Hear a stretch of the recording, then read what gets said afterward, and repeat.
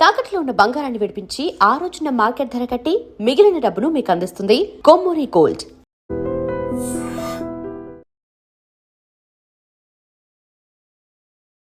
నమస్కారం, welcome to I dream. ధర్మ మార్గం విత్ విజిత కార్యక్రమానికి స్వాగతం.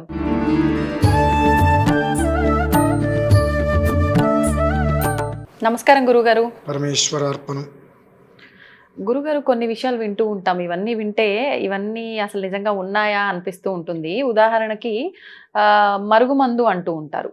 అంటే మొగుడు పిల్లల విషయంలోనే కానివ్వండి, ఎవరన్నా మనం చెప్పిన దానికి విరుద్ధంగా ఉన్నారు, లేదు వాళ్ళు చెప్పినట్టుగా వినట్లేదు, పిచ్చి పిచ్చిగా ప్రవర్తిస్తున్నారంటే వాళ్ళని మనకు అనుకూలంగా మార్చుకోవడం కోసము అని చెప్పి ఈ రకరకాల విధానాలు అయితే వింటూ ఉంటాం.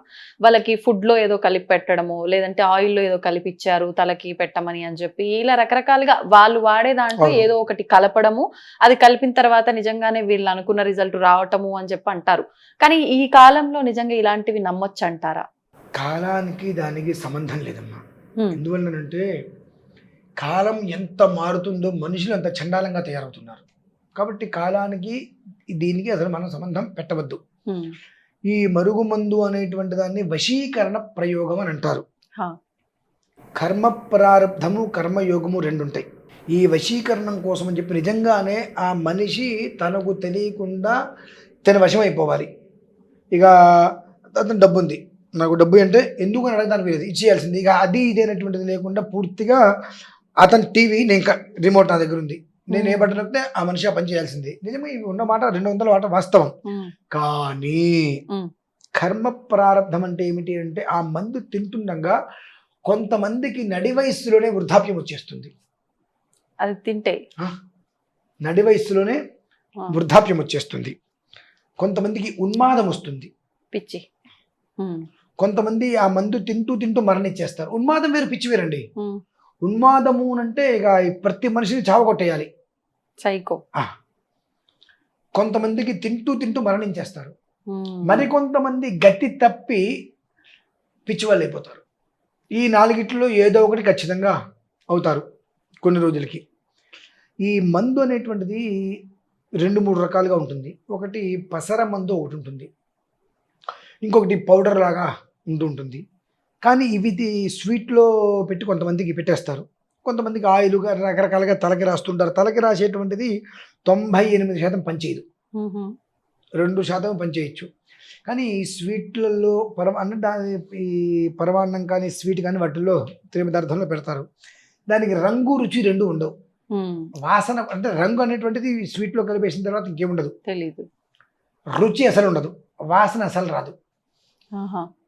కాబట్టి అది తినేసిన తర్వాత కడుపులోకి వెళ్ళిన తర్వాత ప్రేగుల్ని ఆపాదించి ఉంటుంది. అది ప్రేగుని ఆపాదించి ఉంటుంది. అది కడుపులో ఉన్నంత కాలము కూడా ఆ మనిషి రకరకాల విధానంలో ఉంటాడండి. ఏ ఒక స్ట్రైట్గా వెళ్ళటం అనేటువంటిది ఉండదు.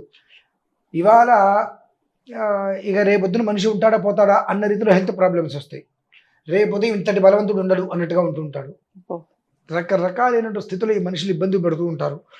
ఒక్కొక్కసారి భోజనం తినే విషయంలో 10 మంది తింటే ఒకటి తినేస్తాడు. ఒకరోజు 4 ముద్దలు కూడా కడుపులకు పట్టవు. అది అంతగా మనిషిని లోపల చేస్తుంటుంది. ఎందుకు దీనికన్నిటికి కారణం ఏమిటి అంటే ప్రతి క్షణం ఇంట్లో ఆ వశీకరణకి బానిసైనటువంటి పిల్లవాడు ఎవరైతే ఉంటారో, అమ్మాయి కానీ అబ్బాయి కానీ, వాళ్ళ ఇంట్లో ఒక మనిషి చనిపోయారు అని అంటే ఇక్కడ చనిపోయారని బాధ కన్నా అక్కడ ఆ మనిషి ఏం చేస్తున్నారని బాధ ఎక్కువ ఉంటుంది వీళ్ళకి. అసలు ఈ మనిషి మీద ఎలా అంటే ఒక్క ఉన్నాడా పోయాడా ఏంటయ్యో పోయాడు ఏంటంటే ఫీలింగ్స్ ఉండకుండా ఇక్కడ ఉన్నప్పటికీ కూడా మనిషి అంత ఆలోచన ఆ మనిషి ఏం చేస్తున్నాడు అనేటువంటి స్థితిలో మైండ్ మొత్తం అటువైపు వెళ్ళిపోతుంది కంప్లీట్గా. ఈ ఇదిలోనే వాళ్ళకి తిండెక్కదు, లేదంటే ఓవర్గా తినేసేసి మనిషి ఉన్నట్టుండి ఊరిపోయి లావైపోతారు, లేదా పూర్తిగా సన్నబడిపోయి బక్కబడిపోతూ ఉంటారు. ఈ రకమైనటువంటి విషయంలో కొంతమందికి అయితే మనిషిని చూడంగానే ఏదో ఒక రకమైనటువంటి ప్రయోగం ఈ మనిషి మీద జరిగిందని తెలిసిపోతుంది. హాస్పిటల్స్కి వెళ్ళినా మనకు ఎలాంటి ఒక అందులో ఈ ఇబ్బంది కలిగిందని రావు, అంత నార్మల్గా వస్తాయి. కానీ మనిషి మాత్రం క్షణానికి ఒక రకంగా ఇబ్బందులు పడిపోతూ ఉంటారు. ఈ స్థితి అనేటువంటిది, ఈ మరుగుమందు అనేటువంటిది బాగా పనిచేస్తుంది. దానికి ఆ కాలము ఈ కాలము ఇంకో 10 ఏళ్ళ తర్వాత అనేటువంటిది లేదమ్మా. అవి ఎప్పటికీ మనిషి వృద్ధి చెందుతున్నట్టుగా మనిషి పతనం కూడా వృద్ధి చెందుతూ ఉంటుంది. ఆ పతనానికి మనిషి యొక్క ఆలోచన కారణం. ఆలోచన ఇటువంటివన్నీ తీసుకొని వస్తూ ఉంటాయి. ఎందువల్లంటే మనం రీసెంట్గా చాలామందిని పదుల సంఖ్యలో ఈ రకంగా మందు తిని ఇబ్బంది పడే వాళ్ళని మనకు తీసుకొచ్చారు. మనం చూసాము, మాట్లాడాము, కొన్ని ప్రయోగాలు చేశాము. వాళ్ళకి ఆ ప్రయోగాలు చేసినప్పుడు వాంతింగ్స్ అవుతాయమ్మా. ఆకుపచ్చ పసర బయటకు వస్తుంది. అలా పెట్టిన వాళ్ళకి బయటకు వచ్చినప్పుడు ఆ వాంతింగ్ అయ్యేటప్పుడు ఆ నొప్పి తట్టుకోలేరు వాళ్ళకి. ఇంకా ఆ ప్రేగులు మొత్తం లోపల నుంచి బయటకు వచ్చేస్తుంది అన్న రీతిలో నొప్పి వస్తుంది, కడుపులో నొప్పి. కానీ ఆ తర్వాత ఒక 2-3 రోజులకి మనిషి శాంతపడతాడు. అప్పుడు తెలుస్తుంది తను చేసినటువంటి పనులు ఏమిటి, ఎంత నష్టపోయాము, ఏంటి ఉపయోగం లేదు అప్పుడు తెలిసి. ఇంకా ఆ స్థితి గమనం అనేటువంటిది మరుగుమందు. ఈ మధ్యకాలంలో చాలామంది ఈ ఫేస్బుక్లో వీటిలో కూడా చూస్తుంటాం, స్త్రీ పురుష వశీకరణ చేయబడును, మీ మాట ఎవరన్నా వినట్లేదా, నాకు అనిపిస్తూ ఉంటుంది. వాళ్ళకి సిగ్గు లేదా, వీళ్ళకి సిగ్గు లేదా? అదేంటండి అంటే వశీకరణ అనేటువంటిది ఒక ఆడపిల్ల మీద చేయటం అనేటువంటిది వశీకరణ శవంతో సమానం. అమ్మాయి ఆ అబ్బాయి అయినా సరే, అంటే వశీకరణ రీత్యా నువ్వు ఏదైనా ఒక పని చేస్తున్నావు అని అంటే ఆ వశీకరణ ఎవరి మీద పడిందో వాళ్ళకి ఎలాంటి ఒక్క ఇక్కడ మైండ్ పనిచేయదు. కూర్చోంటే కూర్చో, నించోంటే నించో. అటువంటి స్థితిలో నువ్వు ఏం చేసినప్పటికీ కూడా వాళ్ళకి విషయ పరిజ్ఞానం ఉండదు. అంటే ఒక నువ్వు శవంతో కాపురం చేసినట్టే కదా. అంటే వాళ్ళకి ఏంటంటే విచక్షణ కోల్పోతున్నారు. ఇది మంచి, ఇది చెడు అనేటువంటి విచక్షణ కోల్పోయి నాకు కావాల్సింది ఏంటి అంటే ఇక్కడ వాడికి కావాల్సిన డబ్బు. స్త్రీ పురుషులు వశీకరణ చేస్తాము, దంపతులు విడిపోయే వశీకరణ చేస్తాం, మీకు ఎవరైనా నచ్చారో వశీకరణ చేస్తాం అనగానే వీడికి ఎవరో గుర్తొచ్చేసేసి అప్రోచ్ అవుతాడు, డబ్బు తీసుకుంటాడు. వీడి జీవితము నాశనం అవుతుంది, వాళ్ళ జీవితము నాశనం అవుతుంది.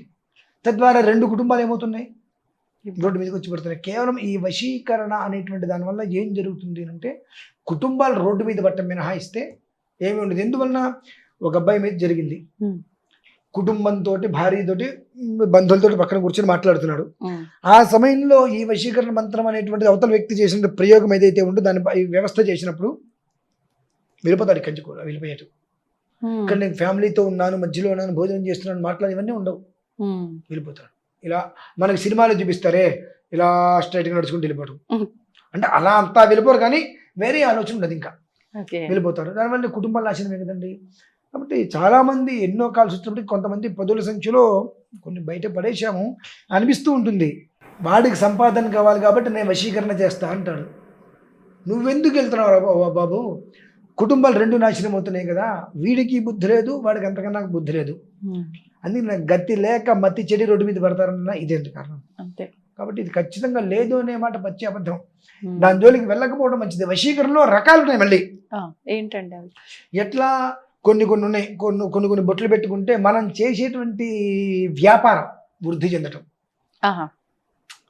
మనం చేసేటువంటి విజయం, మనం చేసేది వృద్ధి చెందడం, ఇవి వేరు. మళ్ళీ అవేం ప్రమాదం ఉండదు. ఇంకా వశీకరణంలో 2 రకాలు.